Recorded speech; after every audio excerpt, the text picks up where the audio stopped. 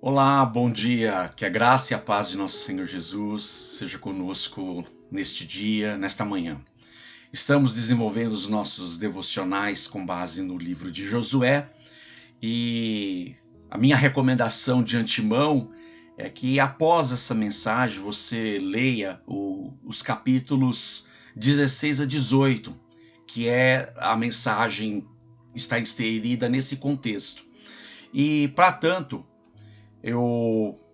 a mensagem tem como assunto uma pergunta: até quando vocês serão negligentes com o ministério, serviço que o Senhor lhes confiou? Repito a pergunta: até quando vocês serão negligentes com o ministério, serviço ou mesmo a vida que o Senhor lhes confiou? Vamos ler o texto em Josué, no capítulo 18, os 4 primeiros versículos, que diz o seguinte: Toda a comunidade dos israelitas reuniu-se em Siló e ali armou a tenda do encontro. A terra foi dominada por eles, mas 7 tribos ainda não tinham recebido a sua herança. Então Josué disse aos israelitas: até quando vocês vão negligenciar a posse da terra que o Senhor, o Deus dos seus antepassados, lhes deu? Escolham 3 homens de cada tribo e eu os enviarei. Eles vão examinar a terra e mapeá-la, conforme a herança de cada tribo. Depois voltarão a mim.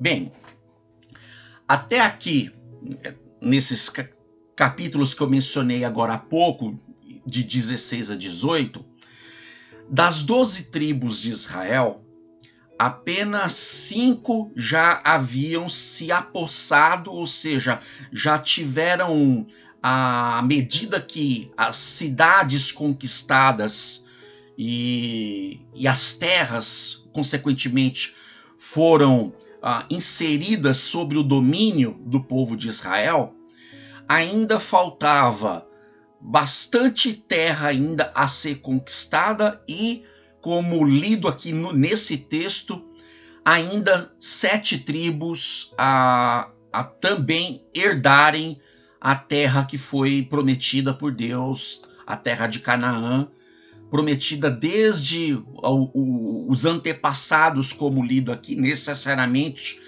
a Abraão, Isaac e Israel, Jacó, né?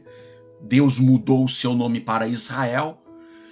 E o povo que estava provisoriamente acampado no território de Gilgal se deslocou para uma outra região mais centralizada no lado oeste do Rio Jordão, nessa região chamada Siló.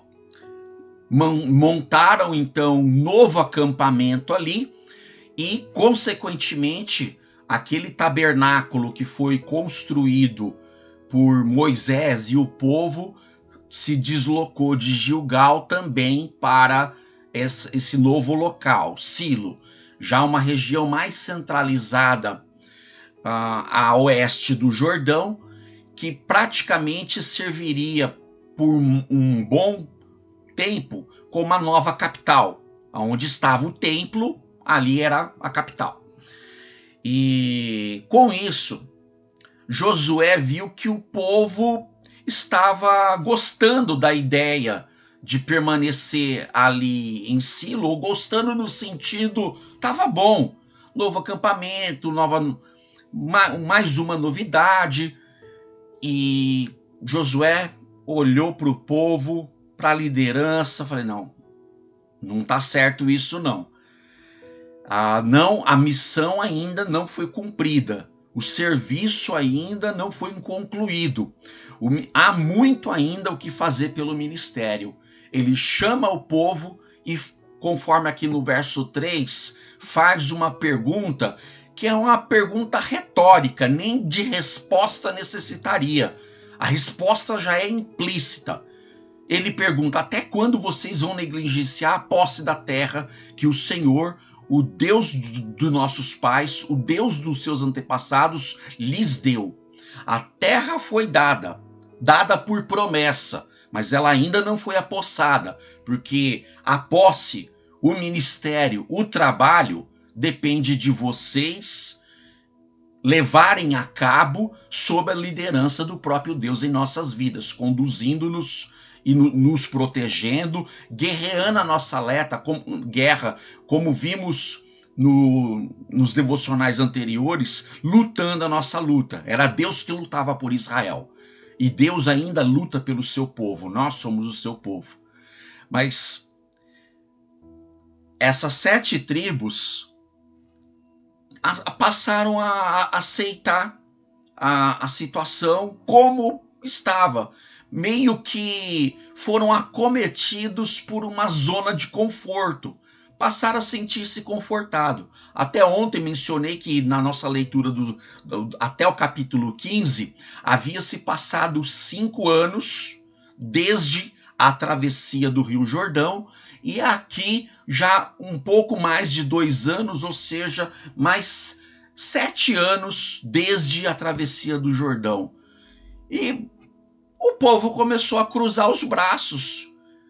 Tinha serviço por fazer, porque a ordem da parte de Deus tinha sido muito clara. Todos sabiam que era, até onde era para se trabalhar. Embora o mapeamento aqui descrito por Josué, em que ele escolheu 3 homens para sondar novamente a área das terras ainda não conquistada, não porque eles não soubessem qual era a terra que iria ser dominada, mas sim para fazer a divisão de herança para as tribos ainda que não herdaram, que não apossaram de um território específico dentro de Canaã. Então, ou seja, havia muito por trabalho para fazer ainda, e a essa altura Josué também já era um ancião, um líder que, tal como aconteceu há alguns anos atrás, necessariamente há 7 anos atrás, com Moisés, em que Deus o havia recolhido, em algum tempo Deus também haveria de recolher Josué e uma nova liderança haveria de suceder o trabalho, o ministério, porque sabemos, o trabalho não para, o ministério não para, a obra é do Senhor. Os líderes, Deus chama um, acaba-se finalizando o trabalho desse um, Deus coloca outro. É como o apóstolo Paulo fala sobre o ministério cristão. Ele, lá em Coríntios, ele fala que ele plantou, Apolo regou, mas quem dá o crescimento é Deus. Então, nem o que planta é alguma coisa, nem o que rega, mas sim Deus que dá o crescimento na sua obra. Então, todos nós somos participantes, coparticipantes dessa obra com o Senhor, mas cada um de nós tem o seu papel, tem a sua responsabilidade, tem o seu ministério. E o que não pode acontecer, tal como para este povo, é que eu e você sejamos negligentes para a nossa vocação, para o nosso chamado, para o nosso ministério pelo qual o Deus o chamou. Negligência, meus queridos, meu irmão, minha irmã, negligência é um pecado seríssimo e não podemos nos incorrer. O que é a negligência? Negligência é uma conduta omissiva de um dever, de uma responsabilidade. Omissiva por quê? Porque nos omitimos, cruzamos o braço, nós ficamos acostumados numa zona de conforto que tá tudo bem. Tem gente fazendo. Não preciso me dispor porque a obra não é do Senhor, a obra está acontecendo. Meu querido, minha querida, o chamado é para todos. E não podemos negligenciar tamanha responsabilidade, tamanho dever, que é uma dádiva de Deus. Trabalhar para o seu reino, trabalhar na sua obra, é uma dádiva, é um presente do Senhor, no qual, quando nos dispomos, Ele abençoa as nossas vidas, nos proporcionando um crescimento em nós que, puxa vida, como Deus se alegra e como as nossas almas também encontram contentamento quando de fato estamos sendo úteis nas mãos do Deus Todo-Poderoso. Não vamos, meus queridos, negligenciar tamanha responsabilidade.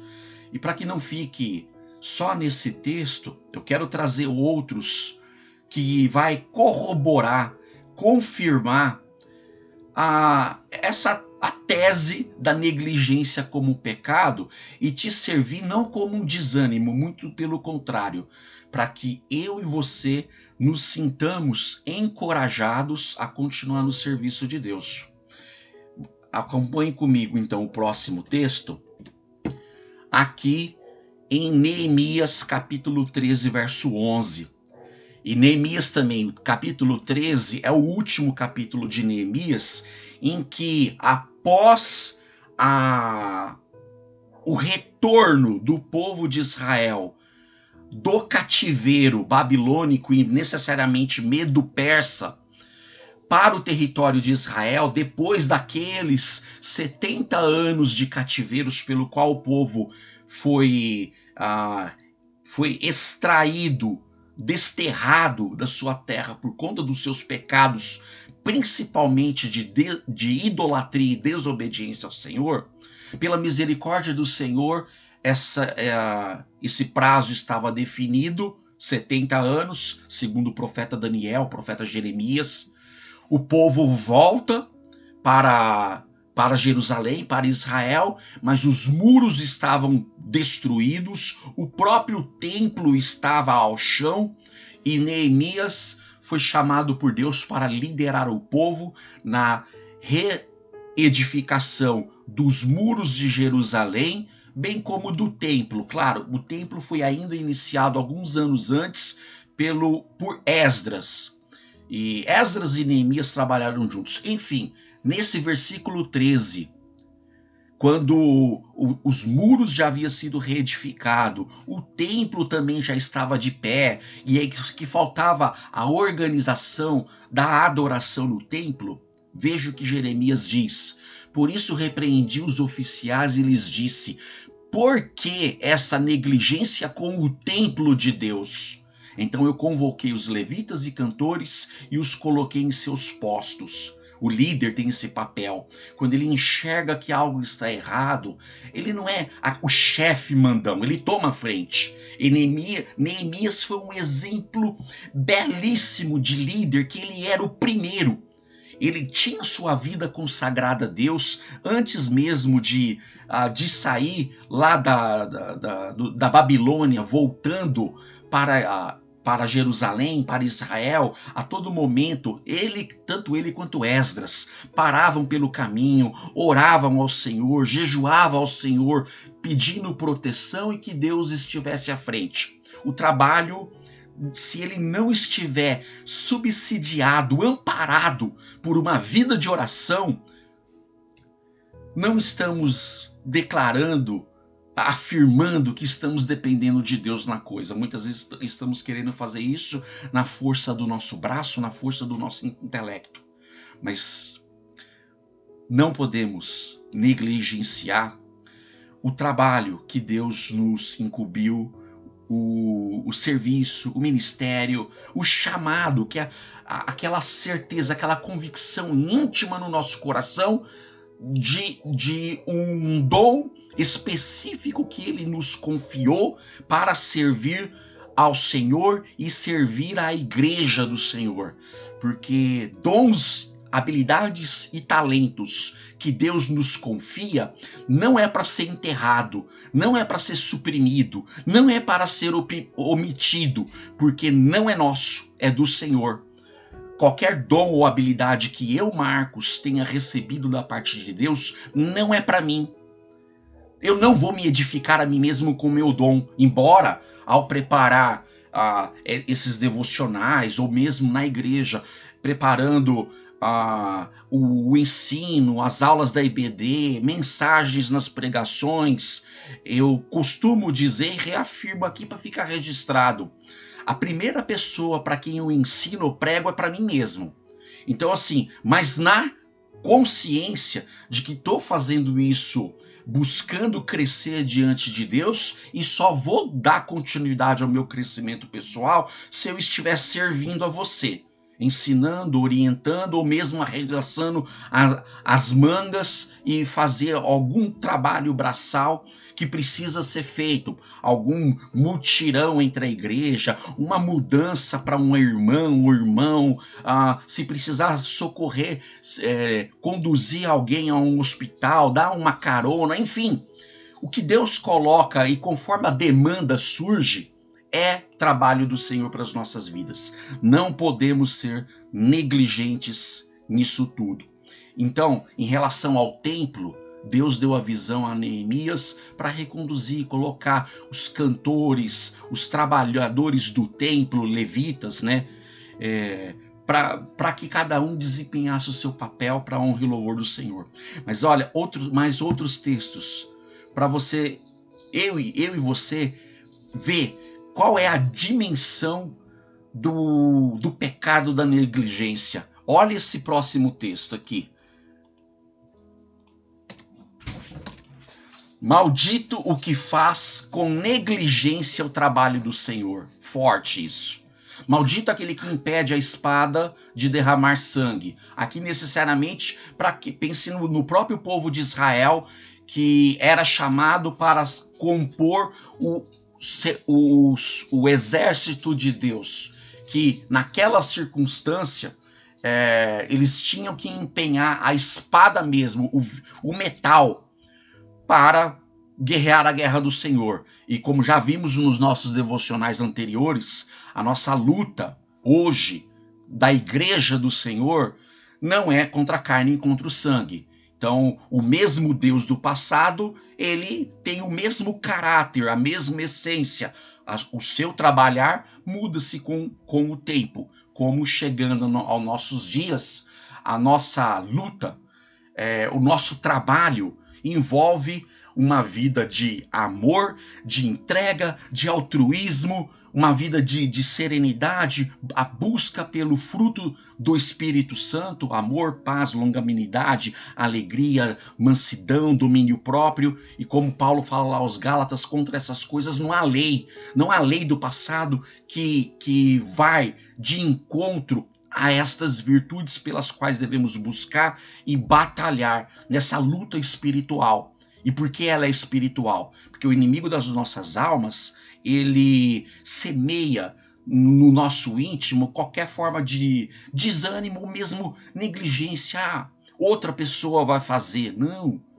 Se você tomou consciência do trabalho a ser feito, é porque Deus está te chamando. Se você não sabe fazer, ou porque reconhece que não é a tua vocação, mobilize pessoas, aconselhe pessoas, porque todos nós somos um corpo, e cada um de nós membro desse corpo. Então devemos nos mobilizar. A mão mobiliza o pé, a mão retira e coloca o óculos no rosto para poder enxergar melhor, dá essa limpada no rosto, uma mão lava a outra, enfim. Os olhos, que é a luz de todo o corpo, que dá a visão para ter a direção, somos membros desse corpo e precisamos trabalhar para o Senhor, não podemos ser negligentes, porque a negligência, tal como está escrita aqui, ela é uma maldição em nossas vidas, é um pecado em nossas vidas, não podemos nos omitir. E o contrário disso, o serviço, a disposição, ou o termo bem mais contemporâneo, né? Ser proativos na obra do Senhor é bênção. Se a negligência é pecado e maldição, o servir, o doar-se é bênção para as nossas vidas e é um ato de glorificação e adoração ao nosso Deus. Então, meus queridos, minhas queridas, não sejam negligentes. E para finalizar, Já no Novo Testamento, o que foi citado por Jesus em uma parábola, o ponto de vista da parte do Senhor em relação à negligência. O Senhor respondeu: servo mau e negligente, você sabia que eu colho onde não plantei e junto onde não semeei.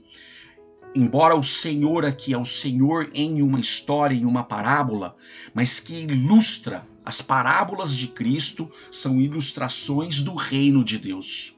Esse Senhor é a representação do próprio Deus, e esse servo aqui é a representação de qualquer um de nós que nos omitimos, que adotamos uma conduta omissiva a um dever dado por Deus sobre nossas vidas. E a ênfase aqui é: quem é negligente é mau.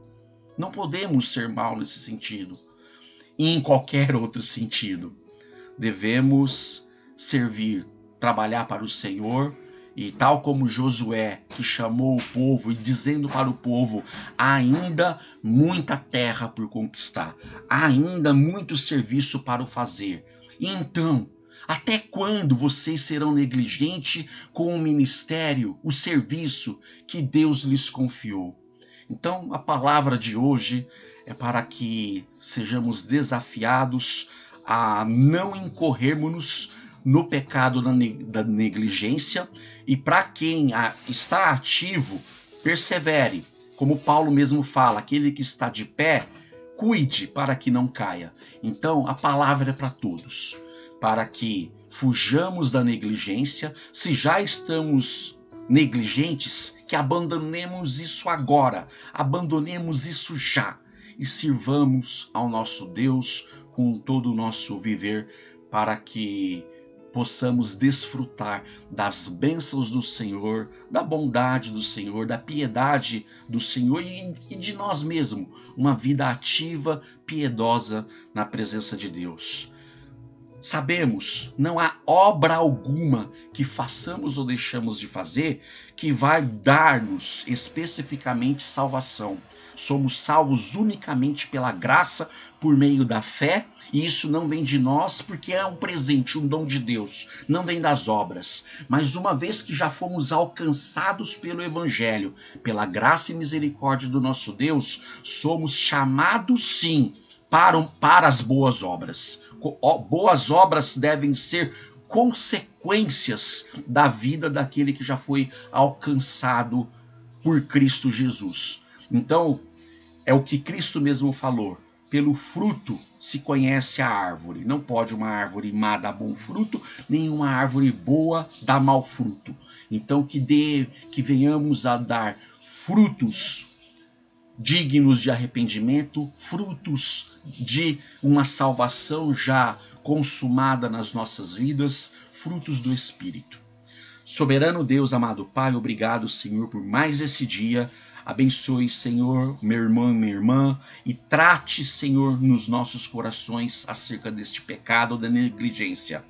Que, Senhor, tal como o Senhor usou o teu servo Josué para despertar, questionar o povo quando foram acometidos pela negligência, da mesma forma que o Senhor, por meio da sua palavra, venha nos desafiar e muitas vezes nos confrontar quando este pecado na negligência passa a fazer parte das nossas vidas.